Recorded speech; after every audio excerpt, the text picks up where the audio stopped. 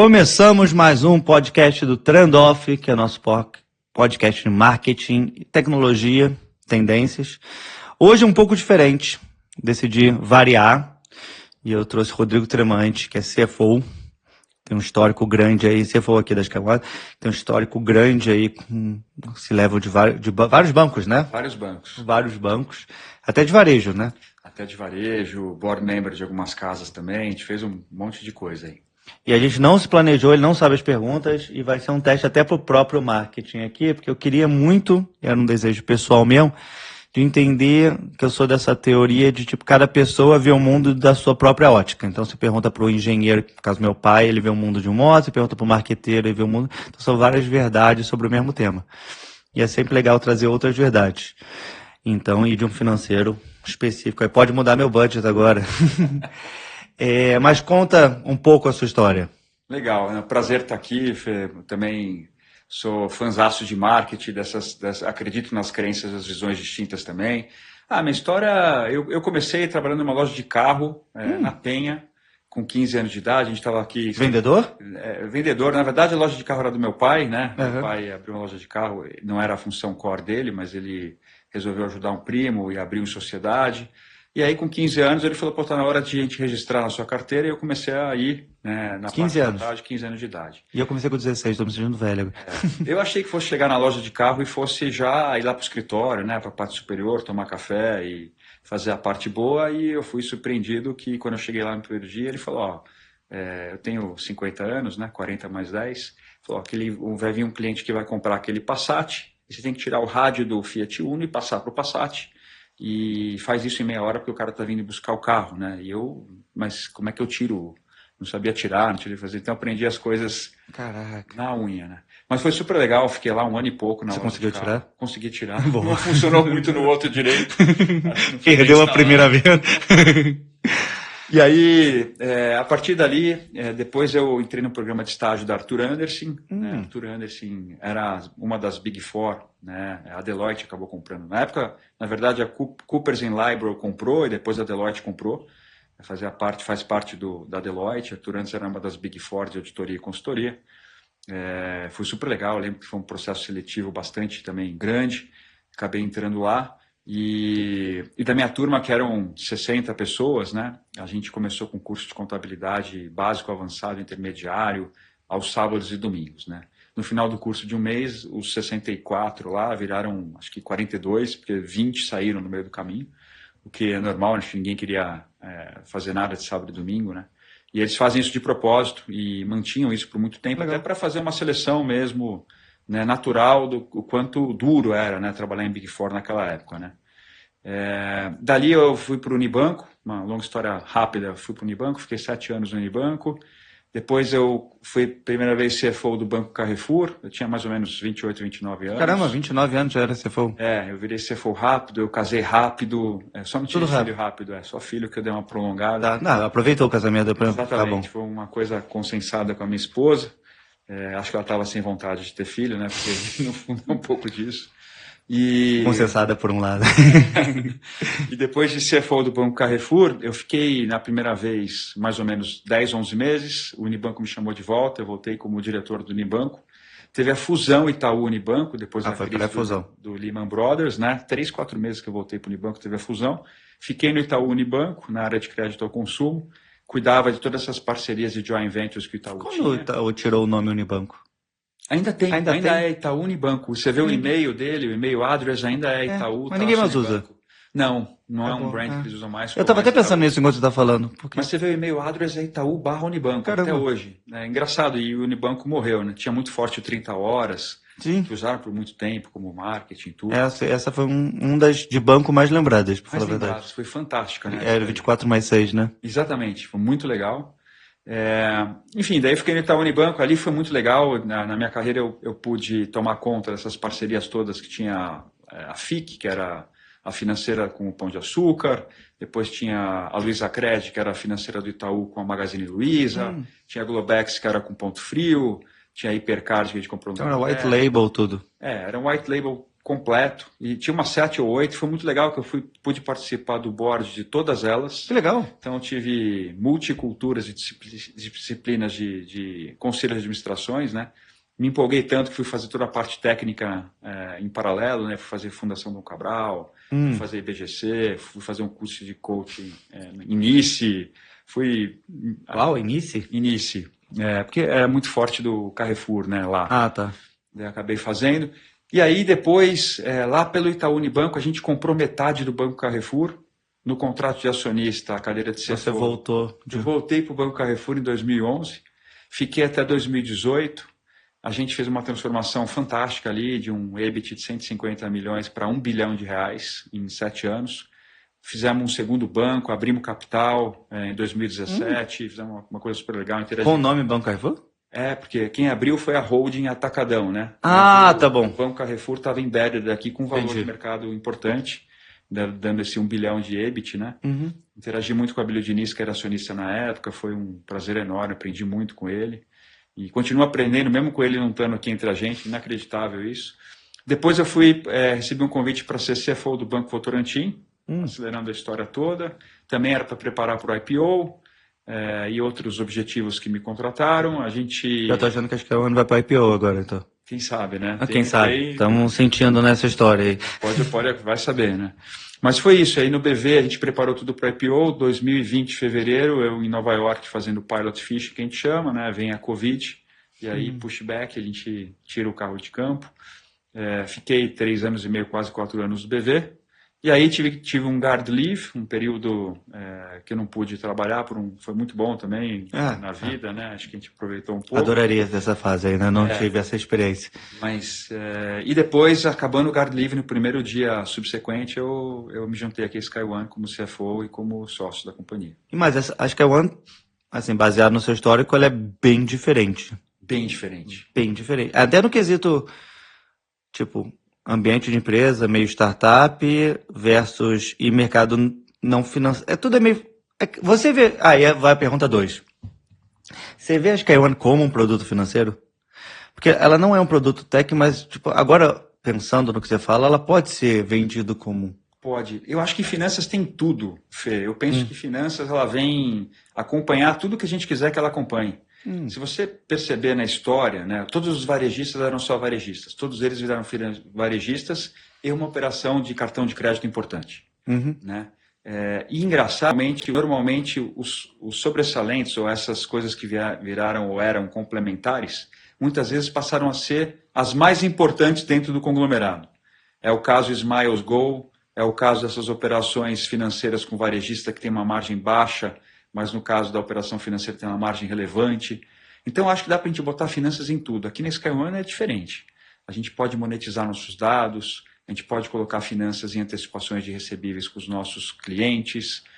Enfim, tem N possibilidades de a gente trazer finanças. É legal trazer esse número quando você analisa uma empresa, né? Tipo, você não vê o efeito do back nesse tipo de coisa que gera uma receita... até do próprio banco, acho que as pessoas mesmo, a maioria das pessoas não sabe nem como o banco ganha dinheiro de verdade, né? Tem essa questão. Mas trazendo um pouco para finanças no mundo de marketing, né? A gente, agora teu perfil no LinkedIn está mais ativo, assim, e nos surpreendeu o modo de você gostar mais, que é aquela discrepância entre a persona, né? Quando imagina um CFO, as pessoas olhando você, e aí vem você e falou assim, não, eu quero falar do meu filho no trabalho, eu quero falar do meu cachorro, eu quero... Traz um viés humanizado que talvez o cargo/função não traz. E isso tem um quê de marketing importante. E aí eu te pergunto assim, por que você acha tão importante para você como CFO, por exemplo, ou por que você gosta de levar esse lado mais humanizado para o público assim? Tá, essa é uma excelente pergunta. Você sabe que C-Level, ele tem é solitário, né? Ser C-Level é solitário. Todo mundo acha que você, analogia para um ET, o que quer que seja, mas você vai na festa da empresa, você fica isolado. As pessoas, elas misturam talvez a hierarquia ou a posição que você está com o ser humano que você é. Né? E na verdade, Fê, não tem diferença nenhuma de ninguém para ninguém. A gente está lá naquela função, naquela atividade. Todas as funções são importantes para o todo acontecer. Né? Todo mundo é humano, não tem grandes distinções. Né? Então eu gosto sempre de lembrar esse lado humano, né? Do ser humano que está lá. É o profissional tremante, mas é o ser humano tremante também. Né? Que adora cachorro, que tem filho, que gosta de fazer esporte, que tem as suas características como qualquer pessoa. Né? E eu sempre acreditei muito nessa questão de misturar as vidas, né? Não separá-las, né? Ou segregá-las, como quer que seja, né? No sentido de não tem a vida pessoal e a vida profissional, né? Tem a vida do tremante, né? O qual ela se embarca dentro de coisas profissionais e coisas pessoais. E eu sempre tentei e tenho conseguido juntar essas coisas. Então, quando eu tenho viagens de trabalho, por exemplo, eu levo muito minha esposa, né? Quando eu tenho, às vezes, coisas que eu estou estudando, né? Fazer o Blue Ocean Strategy outro dia, né? Uns anos atrás. Eu falei, vem comigo. Às vezes eu ponho ela no curso, inclusive. Caramba, sério? Para embarcar. Eu falei, by the way, vem aqui um pitch diferente, treina seu inglês. E a gente tenta fazer, né, o necessário um prazer. Quando a gente consegue combinar as coisas, é muito legal, né?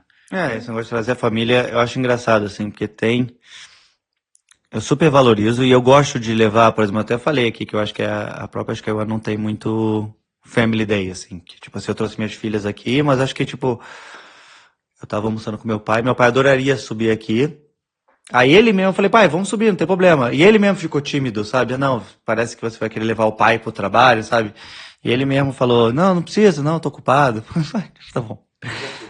Não podia, ia ser super legal e não teria problema. Tanto que eu levei ele no Stock Car. Muito legal. E teve um case ontem muito legal nesse negócio de família, sem falar nome aqui especificamente, mas a gente levou um cliente, a gente fez um evento da NBB ontem, né?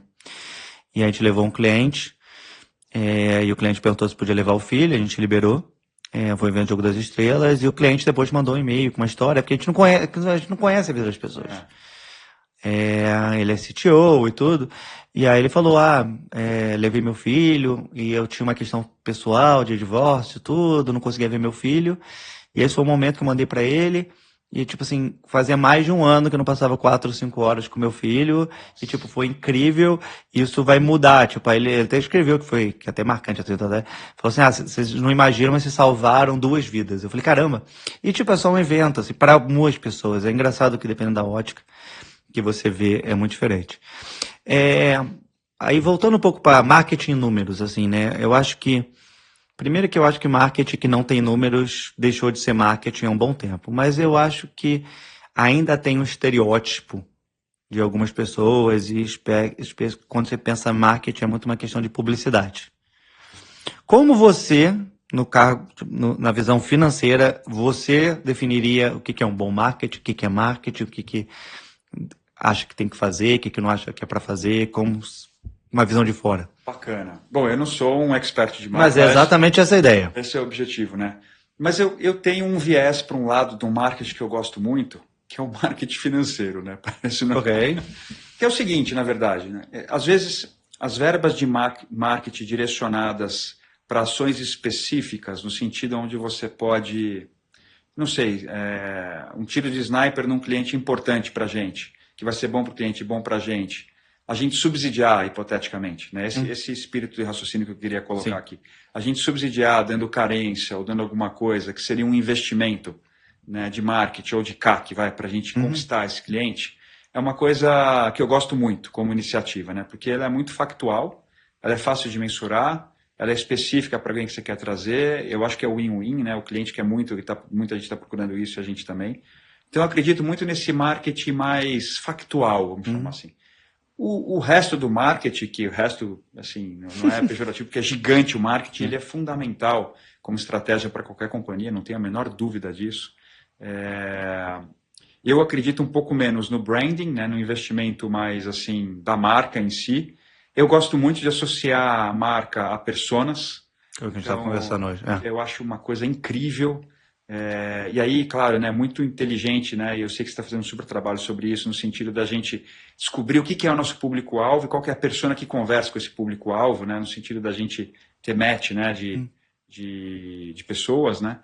E eu acredito muito nesse lado do marketing. O marketing mais de geração de lead, né, nessa coisa, eu acho que também é importante, ainda mais para um negócio como a Sky One, a gente tem o pão quente da padaria gostoso. Uhum. A gente precisa fazer as pessoas conhecerem o pão quente. E como é que a gente o faz? A gente tem que dar visibilidade. Então, a gente precisa estar nas feiras, a gente precisa viajar, a gente precisa conversar com as pessoas, a gente precisa reverberar o que é a Sky One. Né? Ainda hoje, tem muita gente que fala, mas quem que é a Sky One? Não é muita gente. No teste que a gente fez de marca, é 0% das pessoas top of mind. Zero hoje? Zero, Pô, zero. Fantástico, fantástico. Não, é zero no quesito qual marca você vê. Quando você mostra, aí já aumenta para uns 15, mas isso dentro de um público nosso, tá? Imagina fora. Sim, exatamente. Então, isso é fundamental, né, Fê? Porque, poxa, todo mundo tem que saber quem que é a Sky One, né? No sentido de dizer, se pensar em infraestrutura de cloud, se você pensar em dados, se você pensar em tecnologia, se você pensar em inovação, e se você pensar tudo isso com um alto grau de segurança, que todo mundo quer, né? Tem que lembrar da Sky One. É quase como se pegar marcas conceituadas, falar, vou fazer a barba, não falar de Gillette. Esse é o depara para a Sky One, né? É que B2C, mas é que é muito engraçado, é uma grande dificuldade que a gente tem, desculpa te cortar, mas é que B2B tem muita coisa que as pessoas sabem o que é a marca e conhecem a marca, mas elas não têm a menor ideia do que a empresa faz. É verdade. A gente tem vários, até concorrentes nossos, outros, que você diz, eu sei o que é isso. Aí quando você fala, não, mas o que faz, você não tem a menor ideia. É verdade. E essa é uma parte que é complicada. Por que o branding é importante você ter esse top of mind? Porque, que nem a gente fala assim, aqui a gente é uma empresa de cloud, aí você tem a Amazon e o Google. E aí eu falo, você tem essas 3 opções. Qual que você fecharia? Você nunca responderia Sky One de primeira. E aí eu tenho que gastar um grande tempo tentando te convencer que vale mais a pena eu do que essas 2 marcas que você conhece bem. Mas o esforço de te convencer contra uma pré-definição que você já tem é a parte mais difícil nesse caso. Então, o branding é muito forte, mas é muito difícil calcular nesse quesito, porque como a gente pode calcular tempo de fechamento que diminua, uma pesquisa que vê que o número aumentou, mas não é tão numérico que nem lead direto. Perfeito, não é tão tangível, né? E é muito difícil. É fácil de explicar, é muito difícil de calcular e de provar os números. Como a gente explica nos toques, né? Tipo, que é o brinco de toques de marketing. Tem o primeiro, que é a primeira vez que você fala. Tem o segundo, que no B2B é muito, que é todas as vezes que toca essa pessoa até você fechar. E no nosso caso, às vezes bate 7 ou 8 vezes que ela recebe, /evento, /reunião, que o marketing toca. E o terceiro é o upsell, né? Tentar vender alguma coisa. E dependendo do que você foca, isso é totalmente diferente. Mas eu entendo, e dependendo do momento da empresa, se eu não bati meta, tira tudo de branding e foca em performance, porque é curto prazista e tá ótimo. Perfeito. Só que afeta o longo. Perfeito. Mas é difícil de calcular. Difícil demais. Tem um marketing que eu gosto muito, Vai. que eu acredito muito, que é o marketing boca a boca. Ok. Esse é extremamente potente no meu ponto de vista, e eu acho que a gente está nesse marketing hoje. Uhum. Eu sinto clientes que são clientes da Sky One há anos indicando a Sky One para outros. Isso é muito legal. Isso, para mim, é o endosso, com toda a humildade, que a gente sempre tem que melhorar muita coisa, não tenho dúvida disso. Graças a Deus que a gente tem muita oportunidade, né? O TAM dos negócios da Sky One é gigante, mas é muito bom de ver o cliente satisfeito, falando o seguinte, vai para a Sky One, que você vai dormir tranquilo. Porque quem não tem que dormir é os caras da Sky One, somos nós. Fica lá 24/7, né? Atura o nosso time de operações, que é incrível, que deixa o NPS da companhia acima de 70% todo ano, que garante que a gente está lá online. As pessoas não sabem o que é NPS. Nem internamente, sabe? É a questão do Net Promoter Score, né? A questão de qualidade do serviço prestado, né? Eu brinco isso porque, por exemplo, nota 70 é uma nota incrível. Só que 70 como um viés de escola parece uma nota média. É verdade. Não, uma nota altíssima para a prestação de serviço de tecnologia. Explicando aí como se calcula o NPS. O SPS é a porcentagem de nota 9 ou 10 menos a porcentagem de nota de 6 para baixo.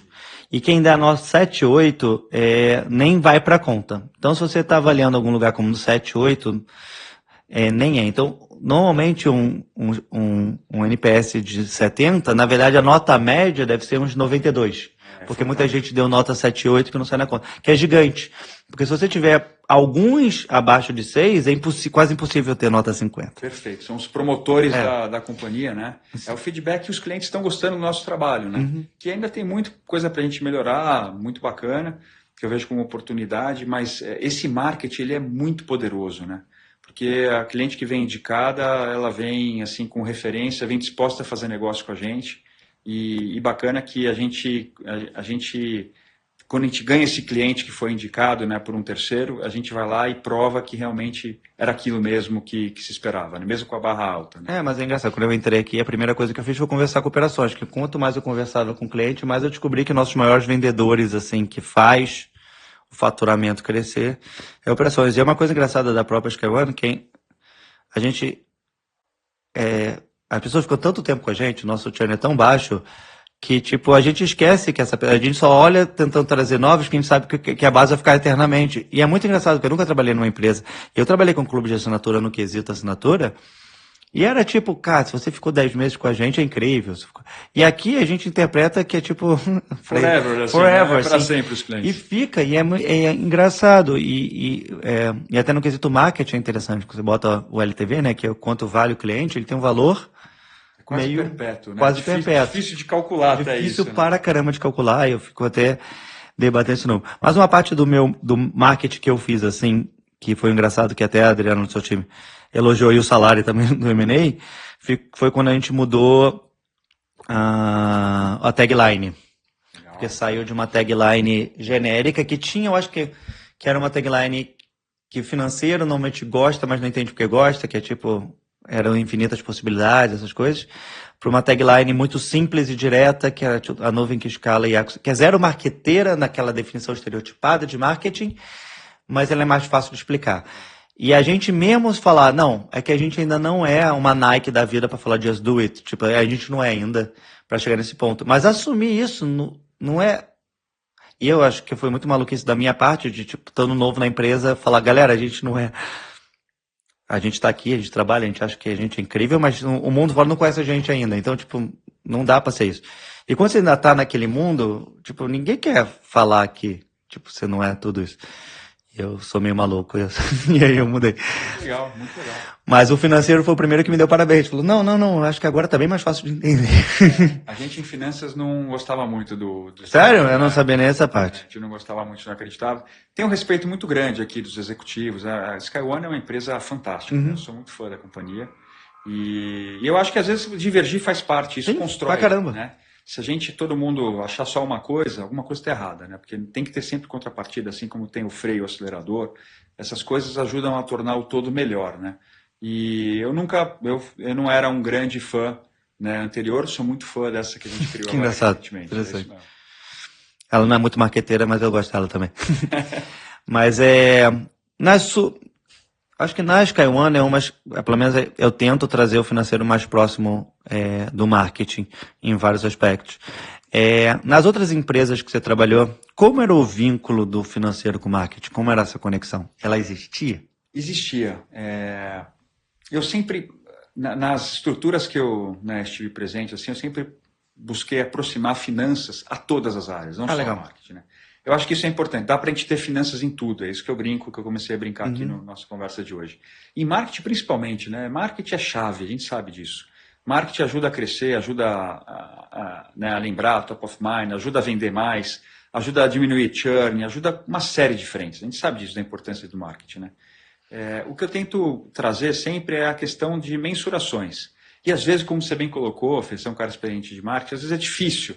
Mas nem que a gente tenha que adotar assumptions, né? Premissas. Né?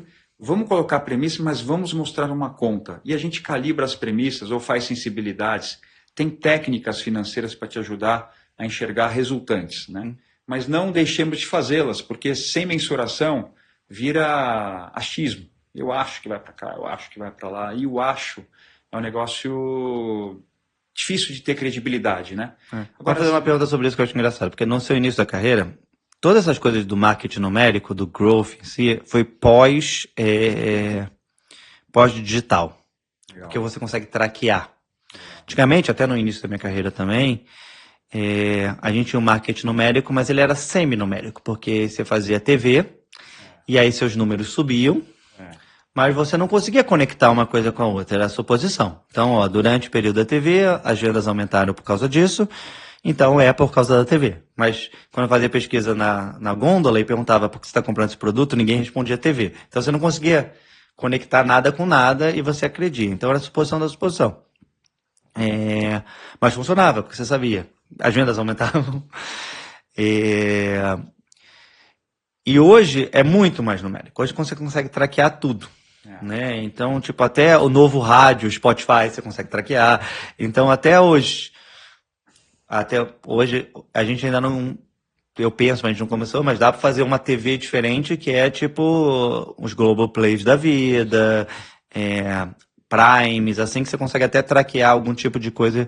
Mais visibilidade porque as pessoas não clicam tanto para você saber. Mas você entende o momento.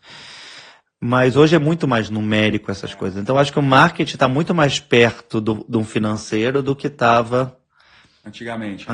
Exatamente. Eu lembro que na minha época de Carrefour, porque assim, apesar de eu ter passado pelo Banco Carrefour em específico, e mais tempo com a sociedade, com o Itaú, a gente tinha que ter um conhecimento do retail enorme, do varejo. Então, eu ia nas reuniões de salsicha, cebola, batata. Que legal.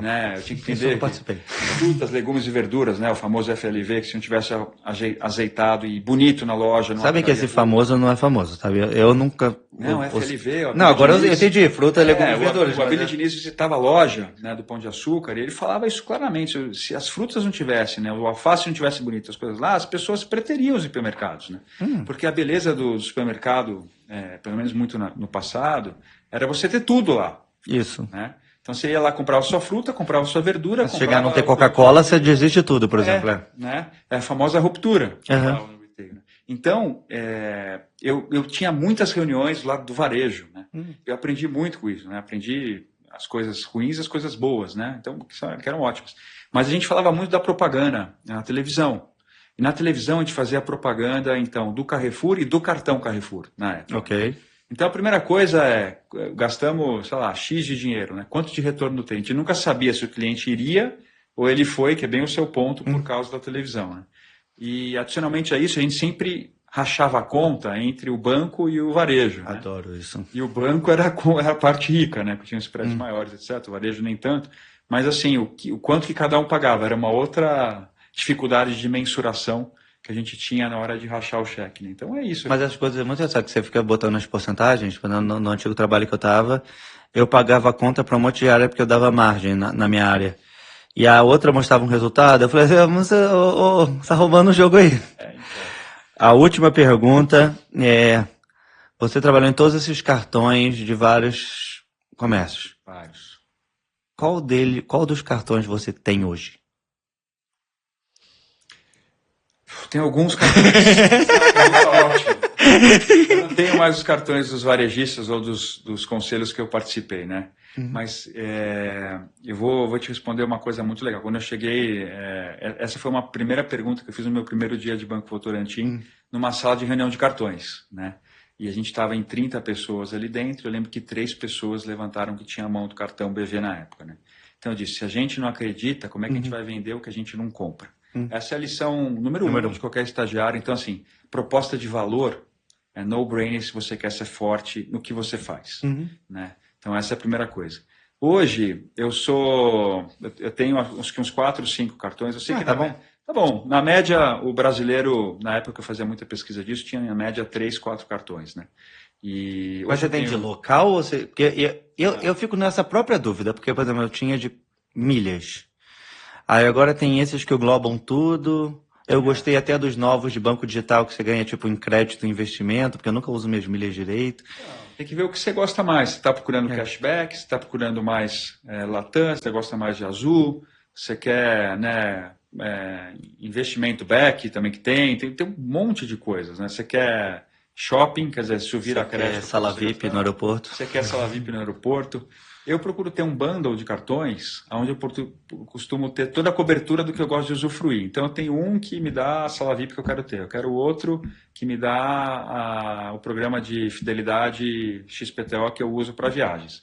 Eu quero um terceiro que, se eu tiver com acompanhantes, eu consigo usar esse tal lugar. Então, eu procuro... por benefícios desse tipo. Por benefícios desse tipo, cobrir. E você faz bom para também? Você usa o cartão nas datas corretas? Meu pai faz isso, eu não faço. Ah, não, a questão por causa do fluxo financeiro? É. Ah, não, essa não. Parou. Essa não. Porque Mas essa com não, juros de 15 faz muito. O financeiro você deveria. Aí que você tá o perdendo. benefício não vale a pena, no meu Não. ponto de vista. Meu pai foi falar pra minha mãe. Não usa esse cartão. Eu acho que agora não mais, mas minha vida inteira ele falava isso. Então, períodos... Mas é por causa da inflação, né? Exatamente, o que eu ia te falar. Os períodos inflacionários faz todo sentido. Agora, taxa de juros de 1% ao mês, menos, né? Você não teria faz que gastar... bastante, Se você gastar 50 mil por mês no Aí cartão, faz essa diferença de 10 dias que vai ter um outro faz diferença. vai dar R$ 200. É verdade, não era juros, era inflação. Tava com a mentalidade. Inflacionário, né? E, aliás, na parte dos mercados, do marketing e tudo, né? Ia lá o revolvinho, Sim. e a gente saía na frente do revolvinho para pegar antes ele Depois a remarcar. gente pôs umas que eu aprendi sobre o Plano Real que foi criado e como ele foi incrível nos Estados Unidos. No Brasil ninguém ensina sobre o quanto ele foi incrível e nos Estados Unidos foi incrível. Não, 94, né?